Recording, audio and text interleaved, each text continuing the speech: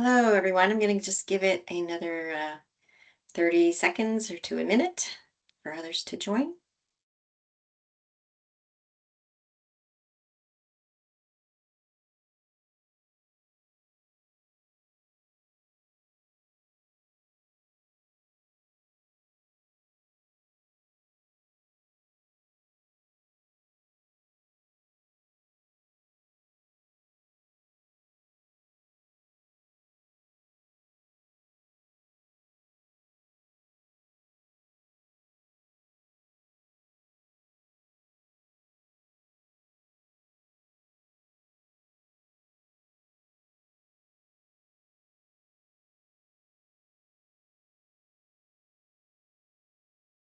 All right, I'm going to go ahead and get started. Thank you for joining me today. I'm going to be talking about simplifying adaptive workflows for better outcomes. In particular, I'm going to show how our patient QA Halo solutions really help support your QA automation for today, as well as things that are coming down the pipe for tomorrow. I'll give you some details about that. My name is Vicki Howard. I was a clinical physicist certified in the clinic for over 20 years. Currently, I am working at Standard Imaging as a product manager and clinical support physicist, and I oversee our patient QA solutions. Before I get started, just a few little notes. We will be recording this session. You will this will be emailed to you, but you can also access any webinar recordings, this one and any previous, on our website at standardimaging.com. Also, if you have any questions, feel free to add those to the Teams chat box at any time, and I will address those at the end of the presentation.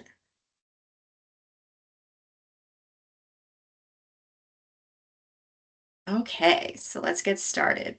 Radiation oncology really is going through a transition right now, and there's pressure coming from three different directions, basically all at the same time. So there's pressures from both clinical, operational, and financial um, points. From a clinical standpoint, treatments are becoming more complex and more personalized. We're truly seeing a rapid growth in complex treatments such as IMRT, VMAT, SRS, SBRT, and now even more so, adaptive therapy, both online and offline. Patients are living longer, being treated more precisely, being monitored more closely. That level of sophistication really does demand continuous verification, not just a single QA check before the first treatment fraction. From an operational standpoint, clinics are being asked to do more with fewer resources. Staffing shortages, particularly in physics, are real and persistent. At the same time, adaptive radiation therapy increases the workload by introducing frequent evaluations, potential replans, and added documentation. The traditional answer of just add another QA step or buy another Phantom really is no longer practical in these scenarios. Automation and workflow efficiency are no longer nice to haves, they really are survival strategies from all three points: clinical, financial, and operational. From a financial standpoint, reimbursement models are starting to change in a very fundamental way. Your administrators are probably very in tune with these changes. We are moving away from payment structures that reward volume or treatment per fraction billing towards models that reward demonstrated quality, consistency, and documented medical necessity. That means what happens in the chart, what happens during delivery, and what happens after adaptation now carries direct financial consequences, or will. What makes this shift so challenging is that these pressures are not happening sequentially. They're really happening all at the same time. Clinics are being pushed to deliver more adaptive, personalized care with fewer staff and tighter resources, while also producing more rigorous documentation to defend reimbursement. This combination is what forces a rethinking of patient QA. QA can no longer be treated as static, physics only safety checks. It must evolve into a dynamic, automated, and continuously documented clinical system that truly supports patient care, protects staff capacity, and creates defensible records for payment.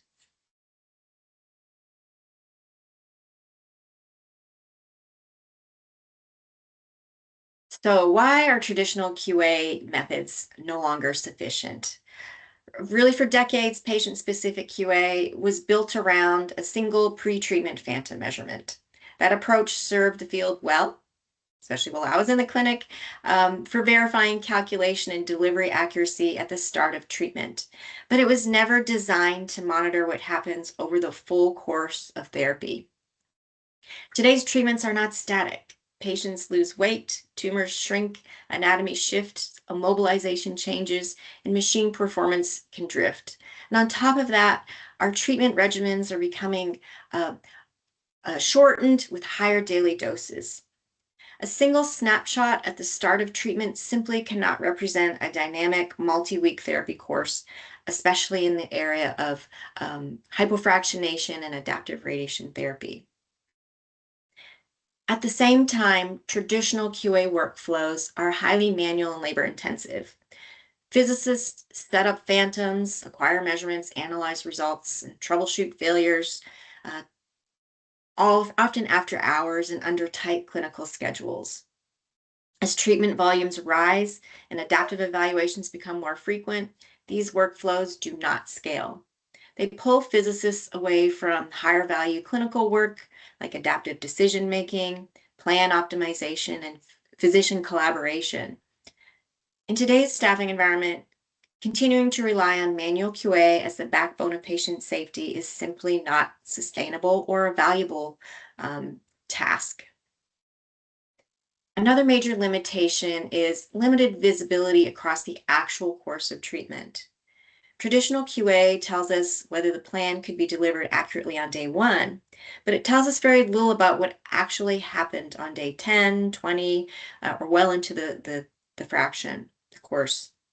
We often don't see trends in machine performance, setup variation, or anatomy changes until something goes wrong clinically. Machines down, patients not set up properly. By the time a deviation becomes visible in imaging or outcomes, the opportunity for early intervention may already be lost. In modern adaptive radiation therapy environments, we need efficient, continuous insight, not specific periodic spot checks. Finally, and most critically for adaptive therapy, traditional QA provides no consistent objective triggers for adaptation. Decisions to adapt are often based on subjective imaging review, anatomical judgments, or physician concerns. When clinical judgment is essential, without a quantitative automated trigger, ART decisions can vary by physician, institution, or even by day. That creates inconsistency in care and documentation, as well as inefficiency in workflows. And as billing models increasingly require documentation to demonstrate medical necessity, subjective triggers alone are no longer sufficient.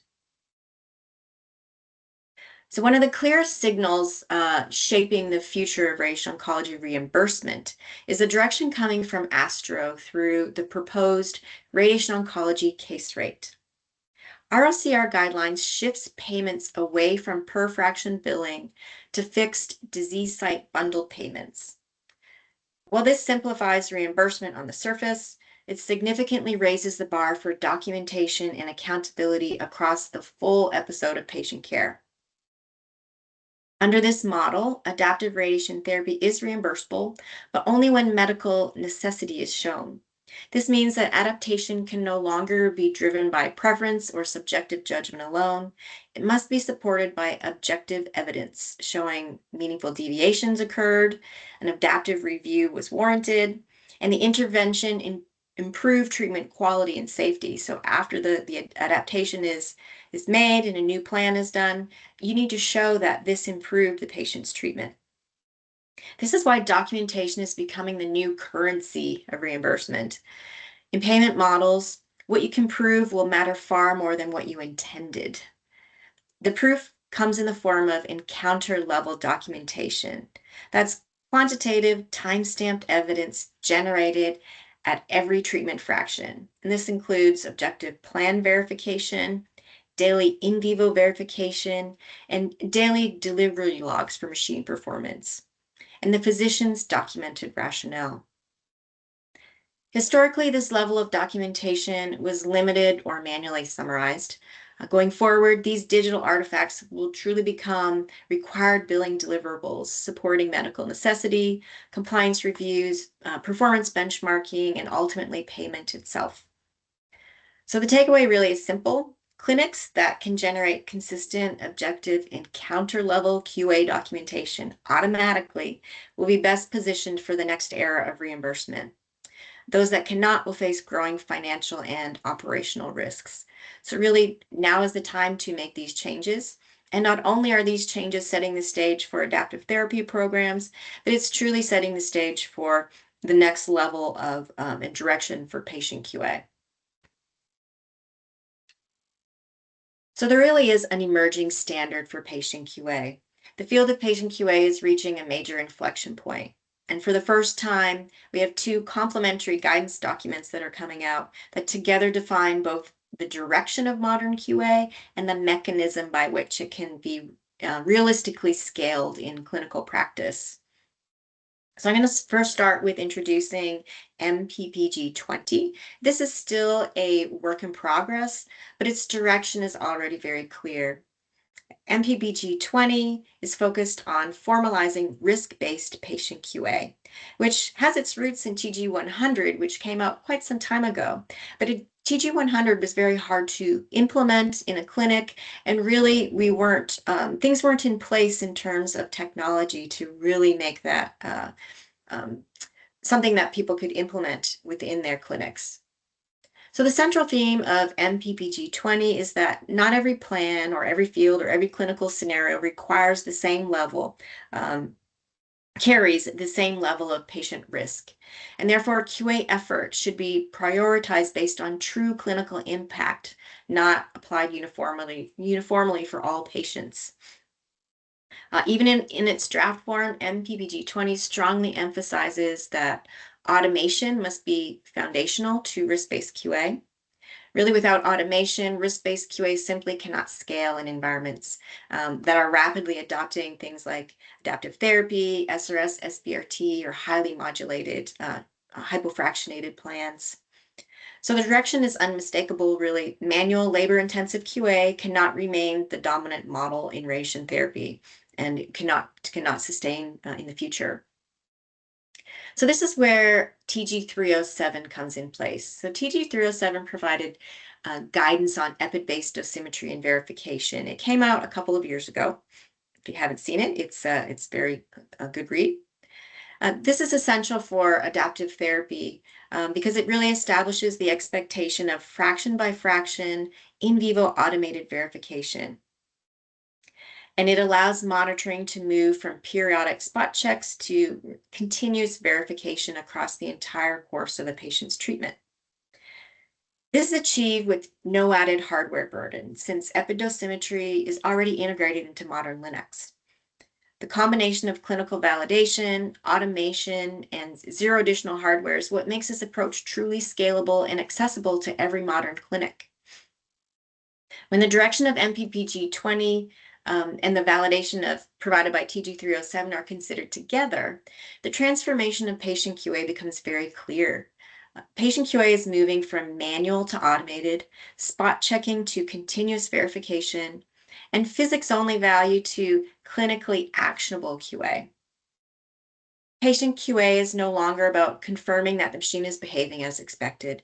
It is increasingly about determining in an objective and automated way whether the treatment being delivered still matches clinical intent and whether intervention or adaptation is warranted. This emerging standard directly supports the future of adaptive radiotherapy and changes coming in reimbursement. It enables scalable ART support without adding staff, objective adaptive triggers instead of subjective judgment, and most critically, audit-ready documentation that supports both clinical necessity and future billing requirements. So together, these shifts reposition patient QA from really a back-end safety task into a frontline clinical decision and documentation engine, forming the foundation for automated EPID-based in vivo QA continuously delivers verification and closed-loop patient QA ecosystems.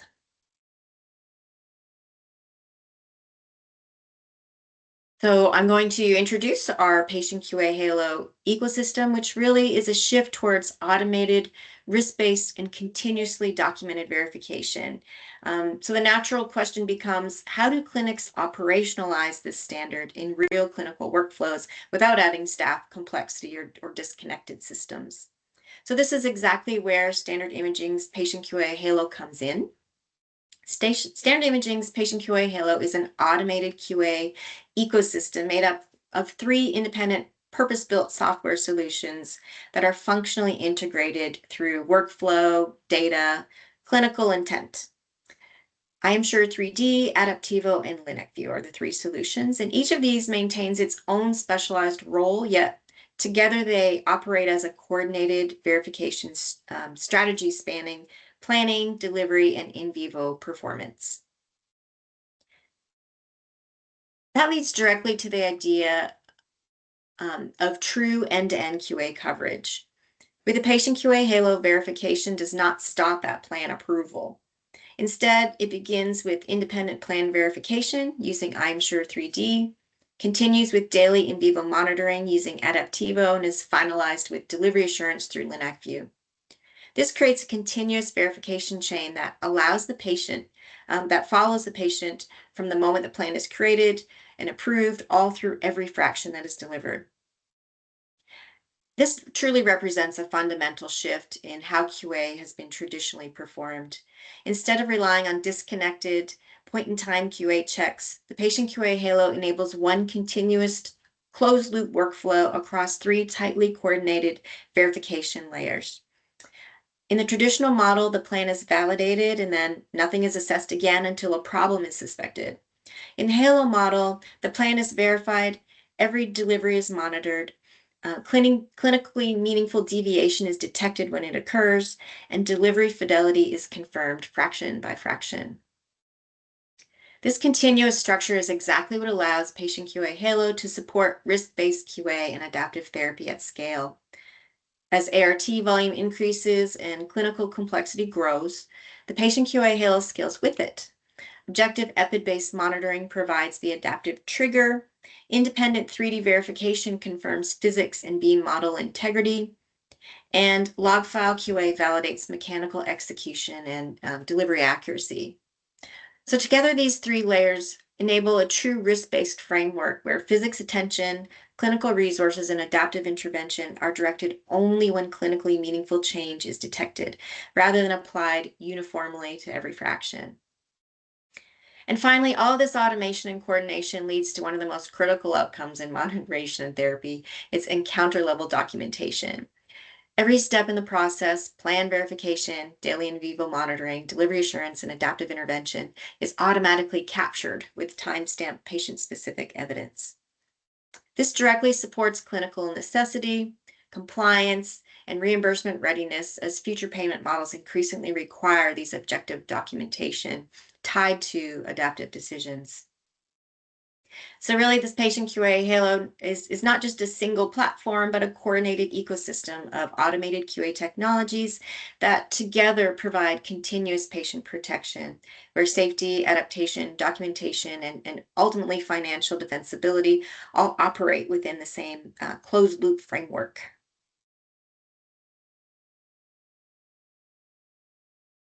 So to support this risk-based QA and adaptive therapy at scale, your verification must be continuous, as I mentioned, and automated and clinically connected. So I'm going to go step through the workflow to show you how all of our solutions fit together in a typical patient workflow.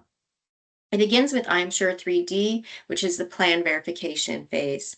I'm Sure 3D performs independent Monte Carlo-based secondary dose verification prior to the first fraction, providing a defensible assessment of plan accuracy, modulation complexity, and the dose integrity ultimately. But because the Monte Carlo calculation truly is an independent validation of your treatment planning system beam model, it can also detect when plan complexity is pushing the limits of beam model integrity or deliverability. This physics-first verification establishes the quantitative baseline that informs all downstream risk-based QA decisions. So basically, it sets the stage to allow you to prioritize how you're going to establish your risk-based QA workflow downstream. Next is the delivery assured phase. Delivered through a combined automated pre-treatment strategy using both Linac View and Adaptivo. And this is designed to require little to no dedicated physics resources. Linac View uses automated log files analysis to confirm that complex treatments are being executed as planned by verifying MLC motion, gantry behavior, and dose rate performance without a physical setup. Adaptivo in parallel, complements this with automated pre-treatment epid-based dosimetry, providing independent radiation-based verification without a phantom setup or additional hardware. This pre-treatment assurance fits directly into a therapist workflow, into the clinical workflow, and can be scheduled as a pre-treatment session. And it truly eliminates the traditional phantom-based bottleneck while maintaining physics-grade rigor with the analysis. And finally, the patient protected phase extends the same rigor into the daily treatment environment. So Adaptivo applies automated epid-based in vivo dosimetry on every fraction to confirm that the delivered dose remains consistent with the verified plan and to provide objective signals when clinically meaningful changes occur. Linac View simultaneously verifies machine performance for every fraction using the automated log file analysis, and together, Adaptivo and Linac View form a dual layer daily patient protection strategy. Adaptivo verifies what the patient actually receives, and Linac View verifies how the machine delivers it. When an epidosimetry deviation is detected, the first step is to determine whether the cause is patient setup or machine performance. In most cases, these issues can be quickly addressed before the next treatment fraction. So if you have a setup issue or something, there's an issue with machine, that can be adjusted before the next fraction and everything moves forward as planned. If both setup and machine performance are confirmed to be within tolerance, though, the next step really is to assess whether the deviation is something that's trending over multiple fractions. Trending helps distinguish isolated noise from like a true clinically meaningful change. When persistent trending is confirmed, this becomes the objective trigger for more comprehensive, usually CBCT-based 3D dose evaluation and potential replan in the treatment planning system. So this enables your adaptive resources to be used only when there is verified evidence that the delivered dose is diverging from the clinical intent. And this is where things can be more challenging in clinics who are trying to do offline adaptive therapy, especially where there isn't a set standard of how these things are first identified and then dealt with it. And the documentation of the trigger is could be missing in many cases. So this workflow really does protect against unnecessary replanning, focuses attention on true clinical change, and generates objective and counter-level documentation to support adaptive decisions and get you ready for the changes that are going to be coming with reimbursement. One thing that's important to point out is all three of these systems are truly automated. So as soon as the plan is exported from the treatment planning system, I am sure 3D will do the analysis and send any necessary alerts automatically. Similarly, with both Adaptivo and Linac View for both pre-treatment and on-treatment QA, the analysis happens automatically after delivery is complete, and any alerts will be sent out so that physicists are aware of where the issues are and where their attention should be focused. And so this really does help physicists and clinicians prioritize their work in the clinic and really optimizes the risk-based patient QA strategy. So that's all I have for today. Um, I'm opening up to questions. Hey, Vicki, looks like we had a few questions come through. Just a reminder, if you want to submit a question, you can just throw it right in the chat or use the Q&A tab at the top there. The first question, are the CBCT images analyzed to determine changes in organs/tumors to justify if a replan is justified? And then are the daily CBCT images assessed? Yeah, so Adaptivo does have a CBCT module that can be used. However, most planning systems also are now having that capability. So to me, the true value with Adaptivo is that 2D EPID trigger showing a change, and then that will trigger the 3D assessment. So that could either be in Adaptivo, or if you want to keep things in the same workflow within your treatment planning system, that's where your replanning will happen. That's where all your contouring tools truly live. That's also the option, is to use that trigger to then trigger that 3D assessment within your treatment planning system. So treatment planning systems like RayStation, they can ingest CBCTs for auto contouring and dose on CBCTs. So that can be easily integrated into that workflow. Other planning systems are heading in that direction as well. But what they do lack is that objective trigger from the treatment level that's not subjective. So, you can physicians or physicists can review the daily CBCTs, and you may suspect some changes, but you don't, unless you have an objective trigger looking at dose, delivered dose from EPID panel. It can be really tricky to assess whether those changes you might see on a cone beam CT warrant a further assessment or a new plan. So the 2D EPID is a very efficient, quick way to establish that trigger to help prioritize which one should be funneled to CBCT 3D analysis. Perfect, thank you. We had another come through just asking about if these solutions are in the cloud or locally need to install on workstations. We don't have it in the cloud per se, but they will reside within your own network. However, they can be accessed through the web internally, so you can be anywhere and access it. Perfect, thank you. And then how would you address the EPID overuse concerns? Yeah, that has been a concern that's usually always brought up at every one of these presentations. In the past, that was an issue with older EPID panels. However, the newer EPID panels are very robust.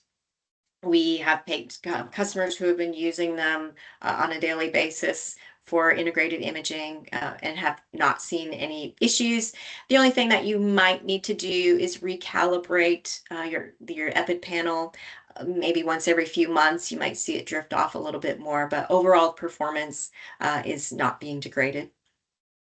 Okay, thanks. And the last one that I'm seeing, are the 3 programs all in one package? Can you buy it modularly? How does that work? Yeah, I mean, they're designed to fit together to create a complete Halo workflow for QA, but they don't have to be purchased all together. So we do offer, I am sure 3D, if you're just looking for a very robust treatment plan check that will help you then set the stage for your risk-based QA downstream, you can do that. If you're just more interested in machine performance deliverability and you just want the log file side of things, you can do the Linac view, or if you want to do the EPID-based, that's with Adaptivo. Okay. Yeah, we just had another question off that first one. So they're just asking if the products, do they not create a report to justify that a replan is medically necessary? They were making comment on this may be unlike some other competitive AI-based products that assess CBCT at the console or offline to justify that a replan is medically necessary. What it does show you, so you can set your clinical triggers. So you can set the gamma analysis results. So you will need to do that and assess for each treatment site what you think are clinically relevant tolerances for those for your 2D epid. But in general, it's showing you that there's what you are deeming a clinically significant change from a 2D epidosimetry point of view that would then warrant your 3D. So ultimately, your full package um, of justification to me would be both the 2D epid trigger as well as your 3D analysis. But then one thing epid does provide is full circle. Once you say that anatomy did change, you do a new plan and you move forward, you then can go back and with your 2D epid verify that the change you made did have a clinical impact and improve their delivery for those fractions moving forward. So it again, that kind of completes that full circle QA for that patient. Awesome. Thank you, Vicki. That's all I'm seeing right now. So if you have any last minute questions, just put them through. Otherwise, I'll hand it back over to you, Vicki. Oh, one more came through. Sorry. Sure. Off that last one, again, the assessment is of the dose delivered, but not of the organs involved. It does not show the impact of a dose on organ dose. Correct. The 2D epid is a transit dosimetry measurement. So what it's telling you is that the dose is not being deposited in the patient in the same manner. And so this is functioning as a trigger for a more detailed 3D analysis. Yep, they said thank you. You're welcome. Awesome. We'll hand it back to you then. All right. Well, thank you very much for your time. I really appreciate it. If you do have any other questions or you'd like a demo of any of our solutions, feel free to reach out to me, vhoward@standardimaging.com. Or you could also reach out to sales in general, or if you know your salesperson, but sales@standardimaging.com is also an option, and we'll direct you to your sales resource. Thank you very much. Appreciate your time.